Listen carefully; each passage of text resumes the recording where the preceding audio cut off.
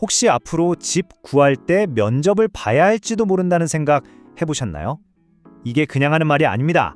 지금 대한민국 부동산 시장에서 한 번도 상상 못했던 일, 바로 이 임차인 면접이 아주 뜨거운 감자로 떠올랐습니다.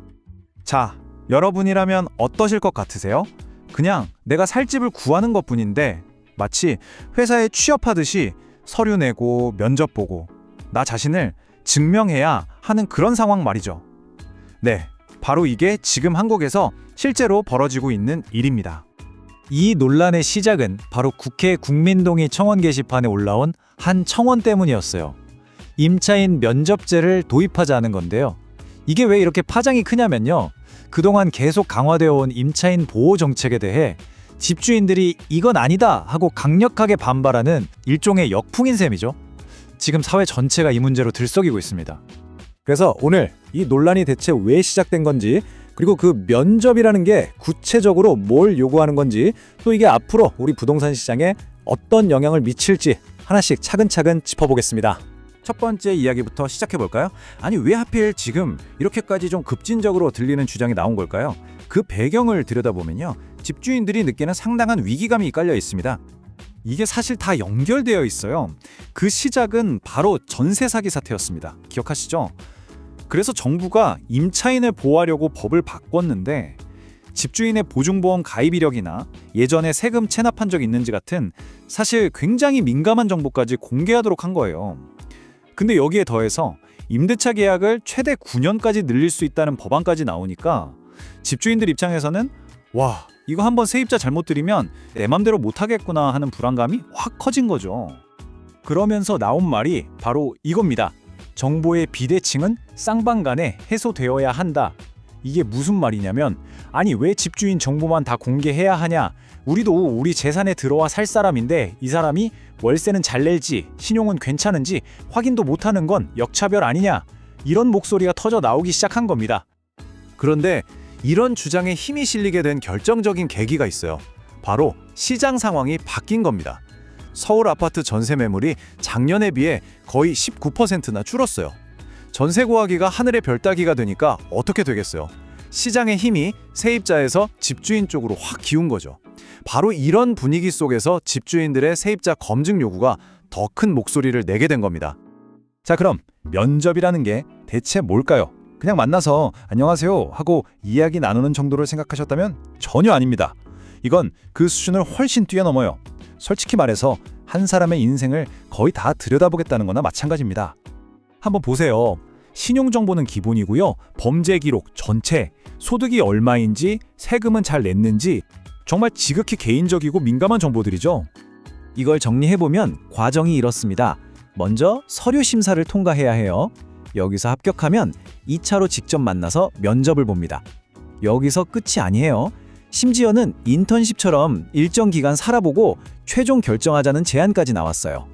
정말 말 그대로 집을 구하는 게 아니라 집에 취업하는 거나 다름없죠? 그리고 이게 그냥 청원서에만 있는 상상 속 이야기가 아니라는 게 중요해요. 실제로 한 온라인 커뮤니티에 올라온 글인데요. 한 집주인이 이런 말을 합니다. 예전에 세입자 때문에 너무 고생해서 이번엔 월세를 좀 깎아주더라도 직접 면접 보고 사람을 골랐다고요. 보세요. 이미 시장에서는 이런 일들이 비공식적으로 일어나고 있는 겁니다. 그만큼 믿을 만한 세입자를 구하려는 집주인들의 마음이 절박하다는 뜻이겠죠. 자, 그럼 이 논쟁의 가장 핵심, 가장 첨예하게 부딪히는 지점이 뭘까요? 바로 이겁니다.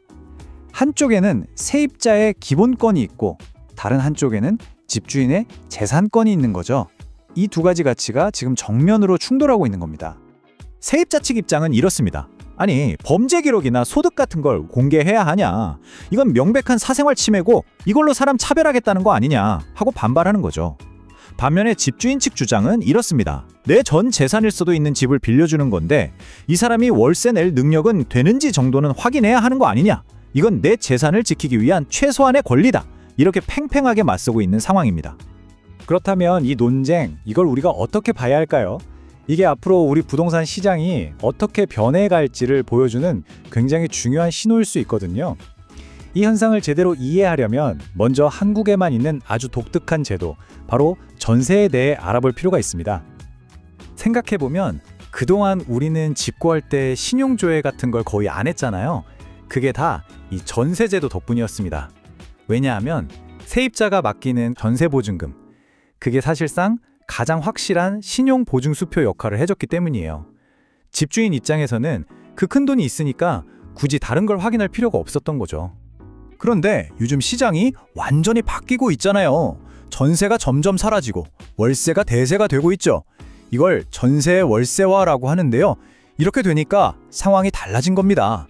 이제 집주인에게 중요한 건 목돈인 보증금이 아니라 매달 따박따박 들어오는 월세거든요. 그러니 당연히 세입자의 소득과 신용이 그 무엇보다 중요해진 거죠. 바로 이 지점에서 세입자 검증이 필요하다는 목소리가 터져 나온 겁니다. 자, 그럼 다른 나라들은 어떨까요? 굉장히 흥미로운 사실을 알 수 있습니다. 우리에겐 되게 낯선 일이지만 사실 미국이나 독일, 일본 같은 나라에서는 세입자 심사가 아주 당연하고 보편적인 절차예요. 신용점수, 범죄기록, 소득증명서 내는 게 거의 표준입니다. 그러니까 한국 시장도 점점 월세 중심으로 바뀌면서 이런 글로벌 스탠다드를 따라가게 될 거라는 전망이 나오는 것도 무리는 아니죠. 결국 우리는 아주 중요한 질문 앞에 서게 된 겁니다. 어떻게 보면 묵시적인 신뢰가 깨져버린 지금 이 텅 빈 자리를 무엇으로 채워야 할까요?